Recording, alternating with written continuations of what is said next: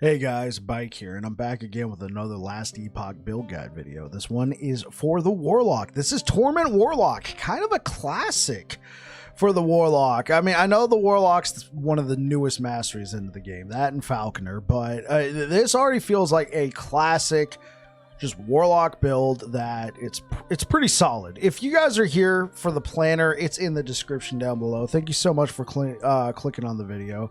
As you can tell, we got gameplay going on right now. All of this gameplay is at 700 corruption right now, and I gotta tell you guys, I've had a blast with this. This has been a great time. I've enjoyed playing Warlock. This thing just clears. It's definitely different from, you know, playing all my Sentinel. All the Sentinel builds I've done, playing Warlock was like way out of left field, but I really enjoy Warlock. It's the art, it's the style, it's the colors.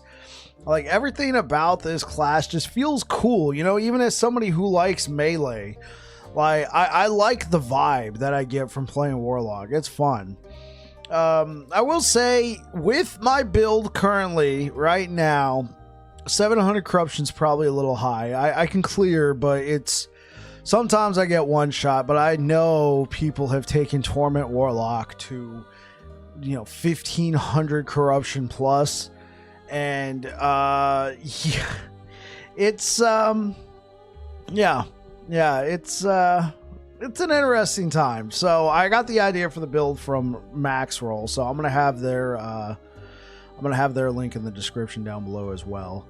That way you guys can reference, you know, like where I got it from. I didn't really change up too much of anything. I tried to get the gear, and this is how I did. So this is probably less of a build guide, more like a build guide review. And I think it's very good. And the cool thing about this build is you can get up and you can get going pretty early on with not a lot of specialized gear. I do have some specialized gear for the build, but overall, I had a great time. Let's go ahead and look at some bosses. Right now, we got Void Chicken, and Void Chicken wasn't too bad. Just got to try and dodge his attacks, but it's a little bit easier when you're playing Warlock and you can use Profane Veil and just, you know, just kind of float underneath some of those hits. Automatic dodges, they're a nice thing. They're a nice thing. So you get through Void Chicken, you get to the Harbinger. Kind of the same story here. You got to dance around, you know, you got to dance around, land those hits, land those combos. Like, it feels good. And of course, we went up against Aberoth with this build, and the only trouble I ever really had was in the final phase. I actually did die twice. And so I think that was just due to bad luck. I think that's a thing. I think that was just due to bad luck. Like, there was just nowhere to stand. But on the third time, took him down without much issue. The build is cool. You can do damage while moving around. And yeah, just having a great time with it. Let's go ahead and jump into the game and we can check out the build. All right, here we are in game. Let's go over the gear, the idols, the blessings, skill trees, all that. I'm going to kind of just breeze through this. Like I said, I mostly just followed the Max Roll guide instead of really kind of doing my own thing. So I'm going to show you what I got, and then you can compare it if you would like, and we'll just go from there, you know. So I went for the Bone Clamor Bar Boot. This is what the guide called for. It called for these affixes on here. I could do better. This particular Bone Clamor necrotic resistance is at 39%. You can have all the way up to 65%, but I did get the two main affixes that we needed: T7 spell damage for curses and 40 per, T5 necrotic res. The only way this could be better is if you got the spell damage for curses T7 and the necrotic res at like T6 or T7 as well. Moving on to this. Now, what I do remember about this build is I had a very difficult time getting critical strike multiplier to go onto Marinas when I played this build. It was very difficult. I don't know why. It's just a single affix, but I think I did like 12 slams. I don't know what it is about critical strike multiplier going on to Marina's Lost Soul, but I eventually did get it. But holy man, dude, it was a bit of a struggle. But at least the one I got it on was decently rolled. This helps out a lot. This is what the build calls for. It has some good values. You're looking for flat on the spell necrotic damage. You want that to be a little bit higher, as well as getting yourself a good, preferably T7 critical strike multiplier. It's because you get a lot of auto crits built into the build. That's a mouthful. So with that in mind, stacking critical strike multiplier, it's a bit of a nice thing to have. Let's go over the range. So you want ivory range for this because we're using bone clamor. If you didn't know, you gain ward per second based off of your uncapped necrotic resistance. Right now I'm at 504%. So, you gain ward per second based off of that. So ivory rings are, pretty good to have. I would suggest you go for intelligence, but you could make an argument to go for like a T7 necrotic resistance. Even better would be T7 intelligence, T7 necrotic resistance, and then hopefully you got a maxed out necrotic resistance on your ivory rings. Right, so try and get necrotic resistance on there, and then use the other affixes to shore up any shortcomings you might have. Like in this case, I was luckily able to seal a T4 lightning resistance and then put a T5 void resistance on there because we're not trying to stack health. We're a ward build, right? So I'm trying to just use where I'd normally be stacking health. I'm trying to put, other defensive stats like reduced bonus damage taken from critical strike, resistances, that sort of thing. So your rings are a good spot for that as well. I would recommend, if you can, fit in necrotic resistance.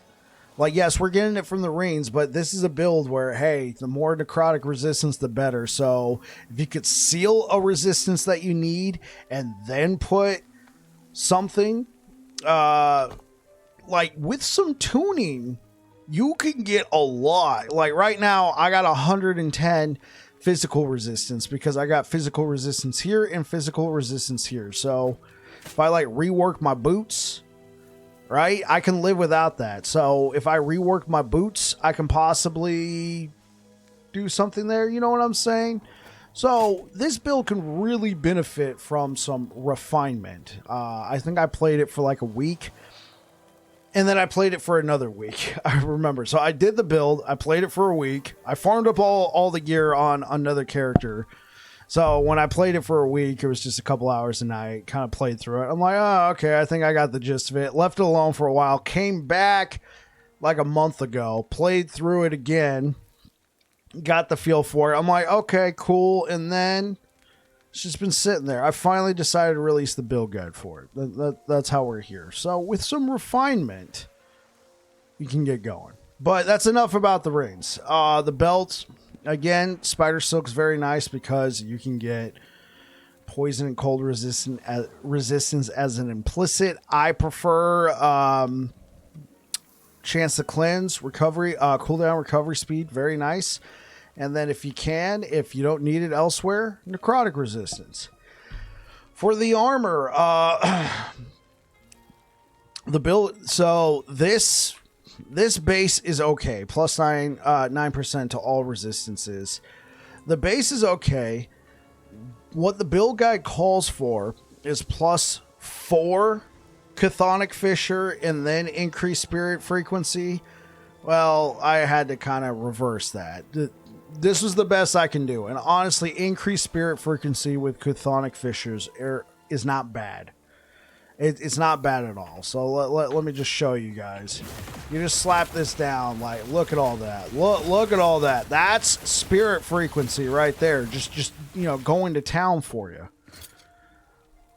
Obviously, if you have plus 4, you can do some more skill points. But hey, nonetheless, I don't think you can go wrong with a T6, T7 increased spirit frequency either if it's your only thing.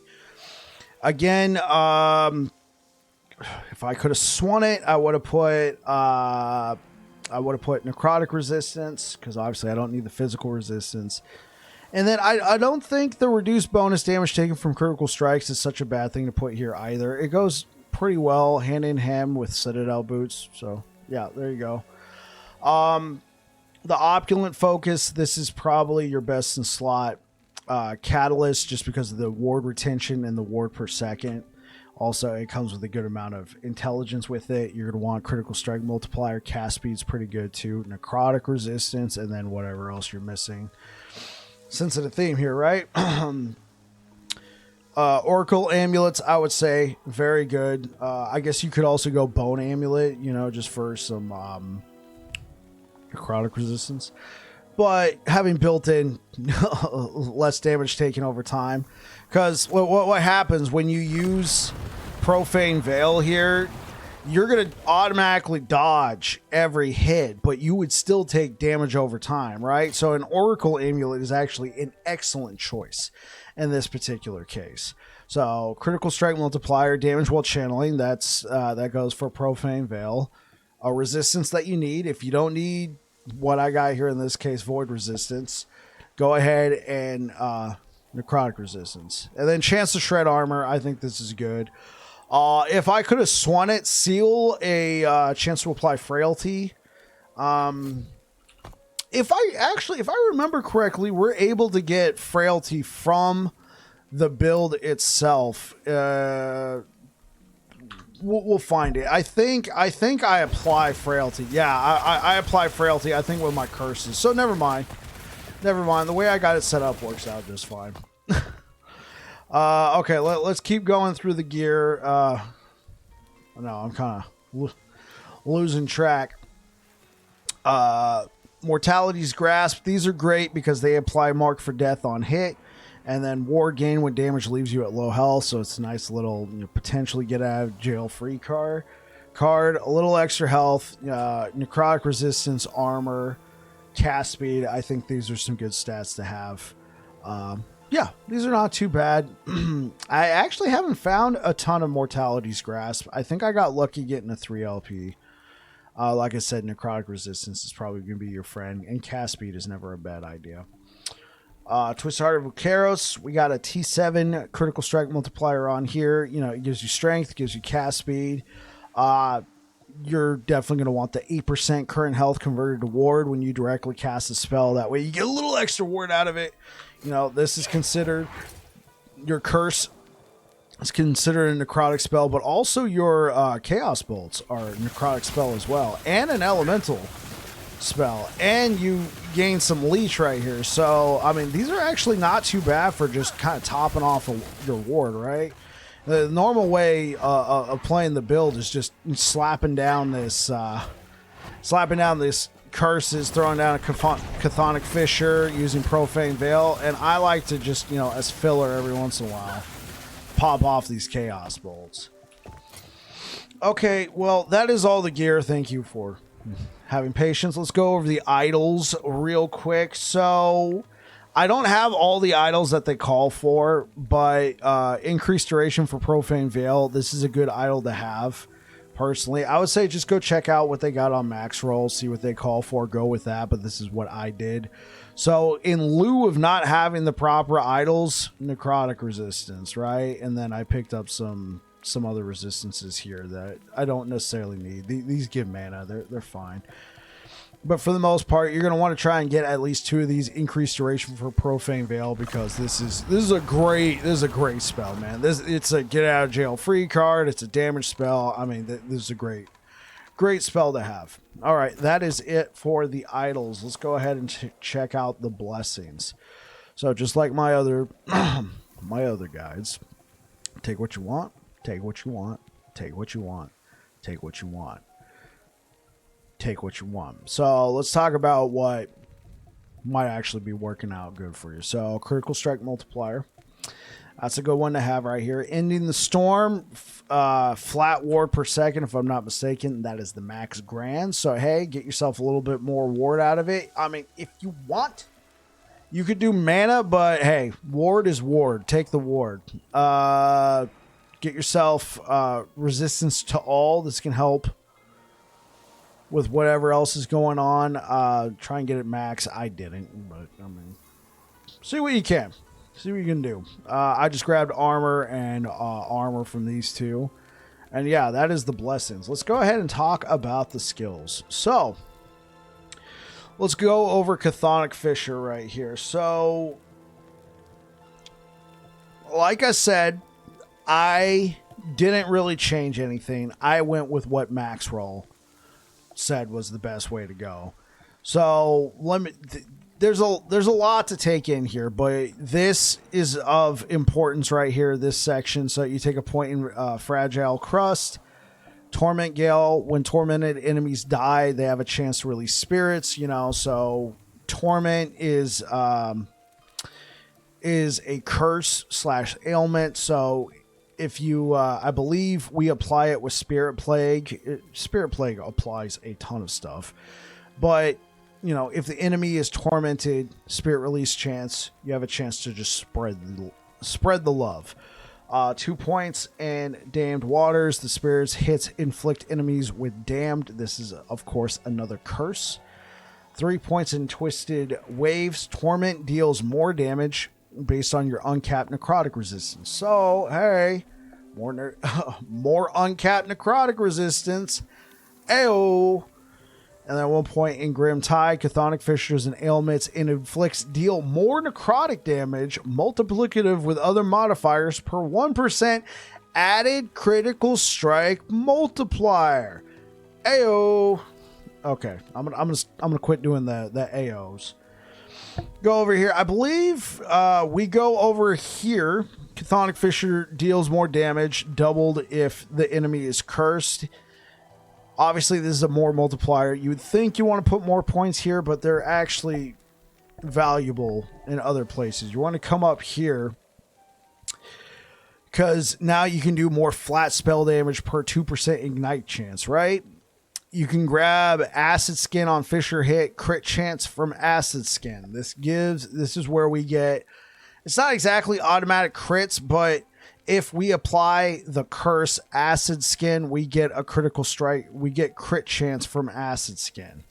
And then 1%, 1 point in Acid Bane. Your hits against enemies cursed by Acid Skin have additional base critical strike chance per 10% of your global increased poison damage. This bonus critical strike chance is not affected by other critical strike multipliers. I'm going to say, guys, I'm just a dumb Sentinel main, right? They said this works, and I can see that it works. So, like I said, this is less of a build guide, more of a build guide review. This is what helps with your crits. We go up here. Fellfire. Tormenting an ignited enemy spreads all of your ignite stacks from it to other enemies around there, right? Torment spreads ignite. Torment damage. Torment deals more damage to ignited, poison, or bleeding enemies. A more damage multiplier. Spirit frequency. Now this one is nice. Spirits really, the fissure release spirits more frequently. We were able to add a little bit more to that with our chess piece. 1 point of glooms and flames. Chthonic Fissure now creates a secondary fissure. So if you guys didn't know, this is 2 Chthonic Fissures in one. It costs more mana, but you get a much longer fissure, right? I just love this skill. Dude, like look at this. Look at the colors. Look at the red and the greenish. I just love it, man. You ever read like any of those old like fantasy novels from like the 70s and early 80s and you just see the artwork that they put on them? It's like the same colors, man. Like everything about this. I just love the entire vibe that is Warlock. Okay. Tangent over. So yeah, you get a secondary fissure. You have to pay more mana, but hey, bigger fissure, more spirits. Now we've converted not all of those spirits, but about 39% of those spirits into chaos bolts, right? So now we get to apply chaos bolts from Chthonic Fissure. So technically, you don't even need to have chaos bolts on your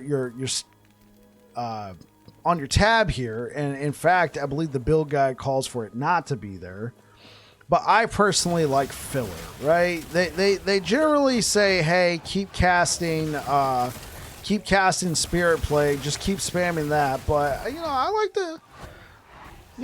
to spread the love and then do some of this, right? Because there's some fun stuff that we can do with Chaos Bolts. Alright. So we've now converted Chaos... Well, not all of the spirits, but we've converted a portion of the spirits into Chaos Bolts. We have a chance. And then 2 points into Severed Wards. Shred enemy necrotic resistance. This is good. Alright. That is Chthonic Fissure.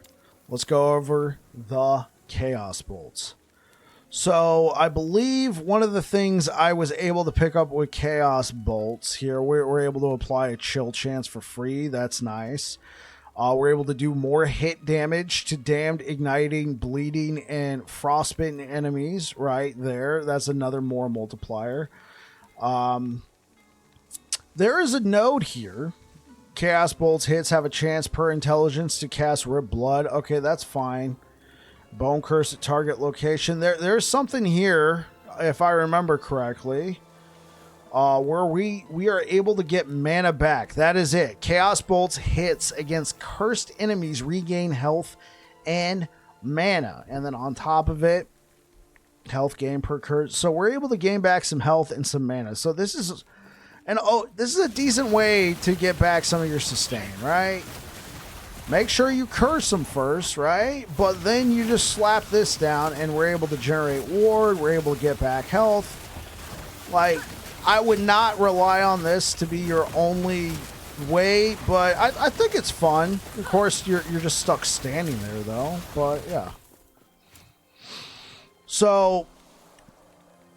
be sure to grab, more multiplier, We're able to apply chill. We're able to get back some health and chance to recast Chaos Bolts. Mana consumption goes up against cursed enemies and chance for increased area 26%. So Rip Blood. It is not on my skill bar because it is cast by Chaos Bolts.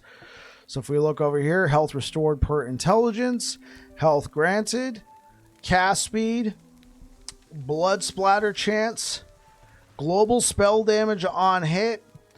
Rip Blood and Blood Splatter's base physical damage is converted to necrotic, right? So we're doing necrotic damage with this now. And Blood Orbs now grant ward instead of health. I believe the way this is set up is just so we can apply another curse and then spread the love. Let's go over to Profane Veil. Like I said, this is the one that you just automatically dodge all of your hits. You just dodge all of your hits and you're able to, you're able to really apply some damage with it. So, Spirit Plate. Okay. Damage reduction from armor now also applies to damage over time taken while in Profane Veil. Eternal Blasphemy. Duration and movement speed. This one's not too bad. Harsh Wards. Profane Veil costs less mana and deals more damage. There we go. While in Profane Veil, you consume 6 mana to cast a Profane Orb. These are actually not too bad. You see these little things? Those are your orbs. They go out, they seek enemies, they do damage. They do good damage. Increased frequency of Profane Orb per 1% increased cast speed for curses you have. Additionally, Profane Orb deals more damage. It's another more damage multiplier. Penitent Target. Profane Veil's area inflicts penance to enemies, which is a curse that causes enemies to take fire damage. It's another curse. It's a lot of curses. It's a very curse-heavy build. Discourage. Slow chance per second. Scorn. Damage to curse while concealed. You deal more damage to curse enemies while in Profane Veil. So, apply your curses. Make sure that's going. And unleash the love. Okay. 4 points. Stream of Profanity. Directly casting a curse skill reduces Profane Veil's remaining cooldown. So, obviously they call for you to cast this, right? The build guide calls for you to cast this. This is fine. The idea is to just, do this, get back Profane Veil as fast as possible. Bam, there you go. Bring the love, cast all that, make sure that's up, and go back for it, right? But, sometimes I just like to do this too. Make sure to keep casting your curses. And your curse would be your Spirit Plate. And we'll go over that in a second. And yeah, I think we've gone over Profane Veil. Let's go over Spirit Plague. All right, why are these all lit up here? Hey, what's going on? Okay, cool. So we're able to apply Bleed, increase global damage over time, right? Pestilence, you gain increased global damage over time when you afflict an enemy with Spirit Plague. This effect lasts 4 seconds. It can stack up to 13 times. So hey, more increased, well, not a more multiplier, but increased global damage over time, 1 point. And Plague Blare inflicts Plague, Poison Pin with Plague, increased poison damage. So remember, we wanted that poison to go back to over here. That helps with our crit chance by taking the poison. Build guide calls for it, right? Geniuses write this. I'm a sentinel peon. Enfeeblement. Enemies you inflict with Spirit Plague are also inflicted with Frailty. That's right. That's why I was like backtracking. I'm like, oh wait, yeah, we don't need Frailty. You just automatically get it thanks to Spirit Plague. Spirit Plague spreads on crit against afflicted enemies, and you gain ward when hitting an enemy afflicted by Spirit Plague. Okay, so wait, you gain ward when hitting an enemy. I don't think that counts. I don't really think it's hitting an enemy with this. I think it counts this. So you just got to make sure you've spread the love. And that's probably where this comes in. But allows you to have a decent amount of ward. Okay, now that I've absolutely butchered that, let's go ahead into the passive tree. Remember, name of the game, chat, Curses. So we're going to take 6 points in Bone Aura. Wait, did I say we're doing the passive tree? Let's just make it official like a referee with a golden whistle. On to the passive tree. Bone Aura, armor and armor. Yay. Intelligence and necrotic resistance. Ward gained on nearby enemy death. Excellent. 5 points in unnatural preservation. Ward retention and what's that say? Necrotic resistance? Okay, cool. Name of the game. We go over to Lich. 10 points. Well, I would fall, like, if you want to do this guide, I'd say use the max roll guide. This is, like I said, build guide review. I'm not going to be going in order here. If I'm not mistaken, we visit Warlock and we take a few points first. But yeah, you know what? Let's visit the Warlock tree. We take 5 points in Soul Eater. You get some mana back. Occultist Mind, intelligence, and mana per intelligence. So that's very nice. Ward a Malevolence, Ward Decay Threshold, Ward Gain on Kill, Ward per second per 3 intelligence while channeling. While we're in Profane Veil. 3 points in Imperishable, Ward Decay Threshold per 1%. What was that? Necrotic? Necrotic res? Yeah. Name of the game, Curses and Necrotic res. Less damage taken while channeling. So, I mean, ultimate end game for this would be in Profane Veil as long as possible, right? Be in Profane Veil as long as possible. I personally, I'm not the greatest at doing that, but nonetheless, there you go. 5 points in Harrowing Armor. More armor per curse on target. So you have more armor per unique curse on the attacker when they hit you. That's kind of a unique way of looking at it. Let's see. So right now I have armor. Yeah, I don't see my armor going up, so I'm guessing that armor is calculated in the moment. And then ward per second, less damage taken per curse on the target. So, you know, the more curses the target has, the less damage you take. 1 point in Infernal Lash. I wonder why we're only doing 1 point. Huh. It's all good. Just 1 point. Maybe we needed it. Withering chance on hit. You take less damage from withered enemies. I'm guessing withering is a curse. Yes. Withering is a curse, and we take less damage for enemies that are afflicted by withering. 2 points in encroaching darkness. When you directly cast a curse skill, you also afflict a number of enemies around the target location with anguish. Anguish is another curse. 3 points. Spell damage for curses. You need at least 3 points here. Hitting a boss or rare enemies triggers anguish. Anguish is a curse. Chaotic strikes. Your hits have a chance to deal double damage. Additionally, your hits have a chance to deal double damage per curse on the target. Name of the game, chat. The double damage from the Chaotic Strikes node has additional critical strike multiplier. 30% with Chaotic Strikes. And then 5 points in Accursed Seer. When damage leaves you below 35% health, you cleanse all your curses on you and on enemies within 15 meters and gain ward per curse cleansed this way. This is your get out of jail free card. Not exactly, but there we go. So that is the Warlock tree. Let's go ahead into the Lich tree. 10 points into Apocrypha, Intelligence, and Mana Regen. Survival of the Cruel. Health, spell damage, leached his health. Increased necrotic damage.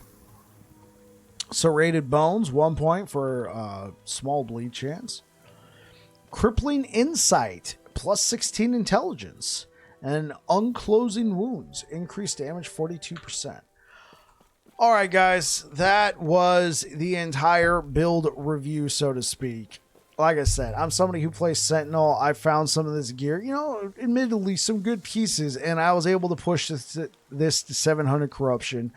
I know people have pushed this to 1500, 2000, maybe even more. Of course, the build, I think, as is, gets modified.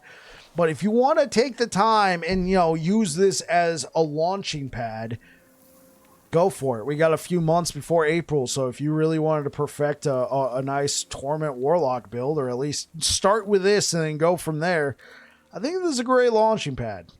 Anyway, thank you guys. Thank you so much for clicking on the video. I really appreciate it. We're on our way to 1,000 subscribers here on YouTube. I'm excited. I'm excited, guys. Thank you very much. You guys take care. Peace out.